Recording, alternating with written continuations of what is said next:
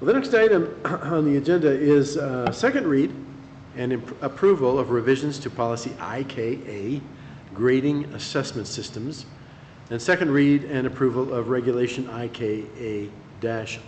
This will be an action item, so I'd be glad to hear a motion at this time.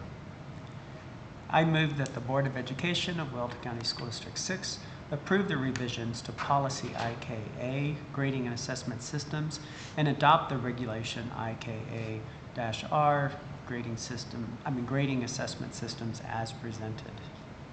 Second. All right, it's been moved and seconded.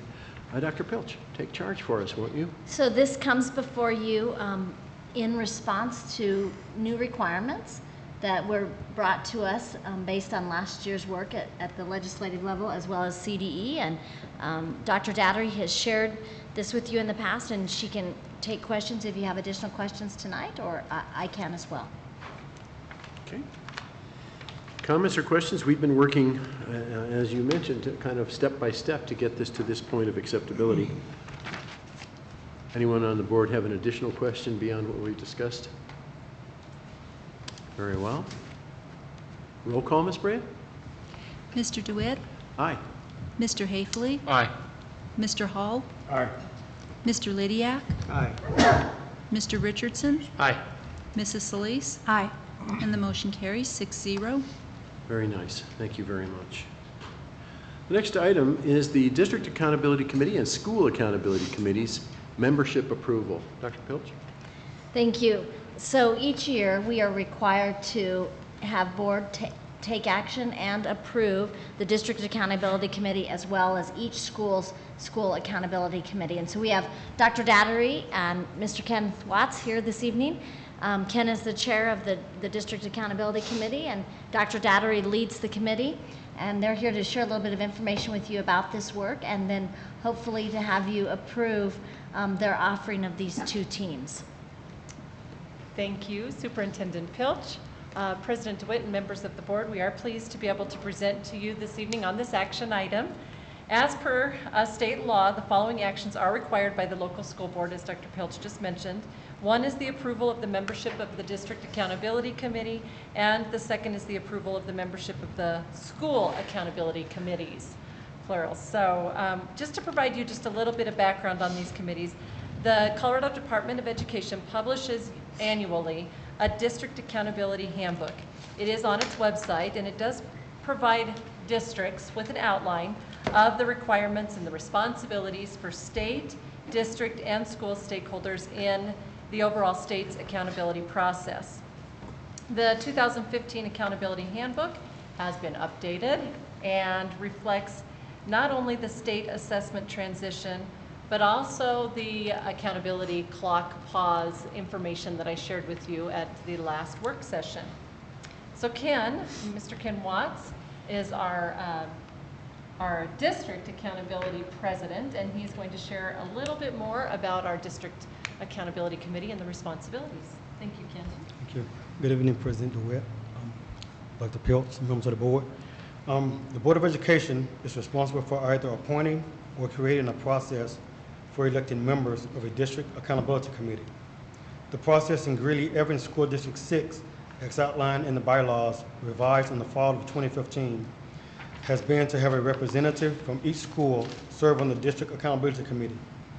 A complete list of the members of the District Accountability Committee for 2015-2016 can be found in your packet. In addition, you will find the District Accountability bylaws as stated from the District Accountability Handbook. So, based on the statutory revisions reflected in the District Accountability Handbook, the Board of Education charges the District 6 District Accountability Committee with specific responsibilities during the 2015-2016 school year. The District Accountability Committee will, 1, submit recommendations to the Board of Education about priorities for spending school district monies. 2, submit recommendations to the local school board concerning preparations of the district's performance, improvement, priority improvement, and turnaround plan, whichever is applicable.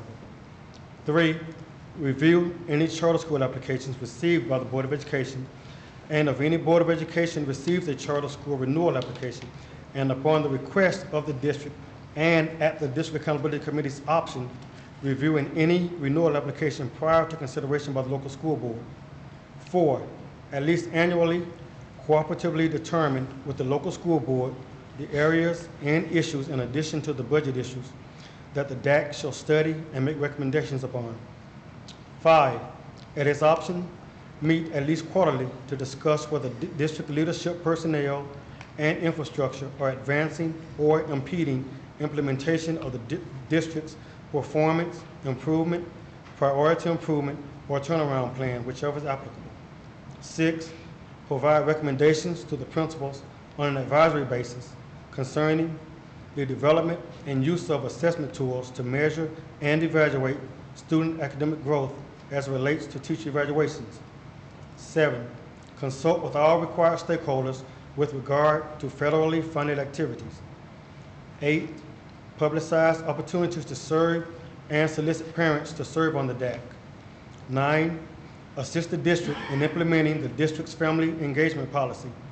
And 10, assist school personnel to increase families' engagement with educators, including families' engagement in creating students' read plans, individual career and academic plans, and plans to address habitual truancy. Thank you, Ken. So additional dates that the District Accountability Committee will report to you, the Board of Education, throughout the school year of 2015-16, based on the responsibilities that Ken just mentioned. The first time that we are certain that we'll be before you again will be in December of 2015, and that is to bring to you the District Unified Improvement Plans as well as all the school Unified Improvement Plans for your consideration. And then in January, the board will be asked to take action on all of those plans. And then again in March, we annually bring to you the Budget Advisory Committee's recommendations for the use of district monies, along with the District Accountability Committee's review and comments and our priorities that are forwarded to you for consideration.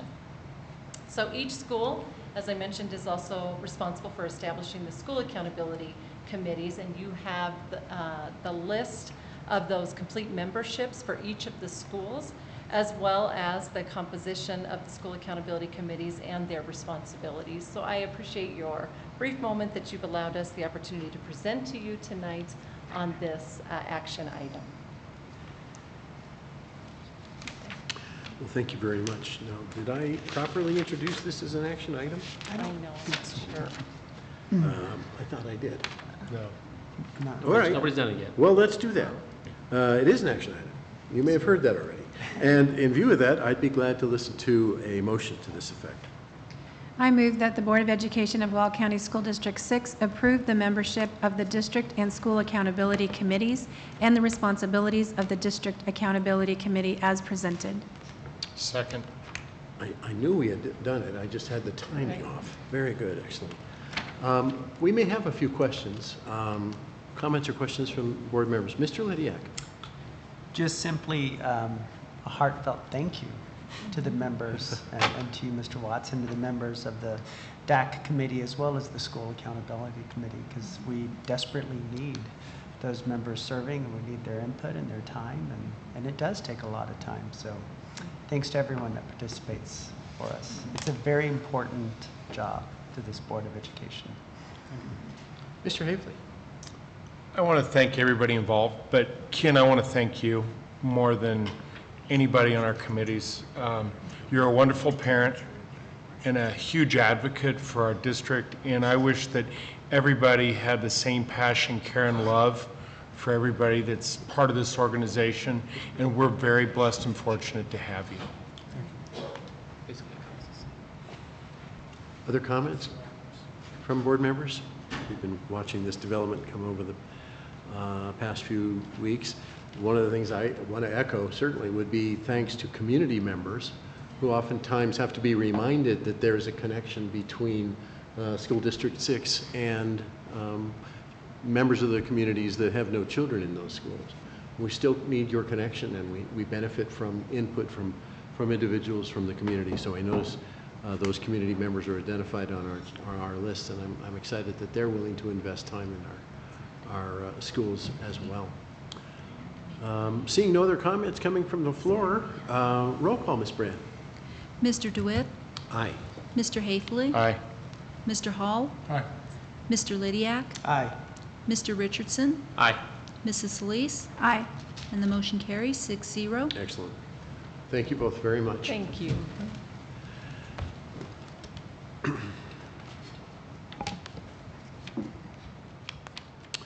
Let's see, are we complete on this? Somehow I've failed to follow my own directions very well. It must be all of the fun we had tonight. It's worn me out. We have completed all the work that is listed on the agenda, and I will be adjourning this meeting in a moment, but I want to mention two things. First of all, there's a newborn in the room, and you would never know that. And so to that young citizen, we say thank you and welcome. Likewise, we also are not hearing from someone we normally rely on to make comments somewhere along the way, and that's Mr. Wayne Eads, who has taken it upon himself to lead his life into retirement. And all of us probably should say thank you to him in one way or another. So, thanks.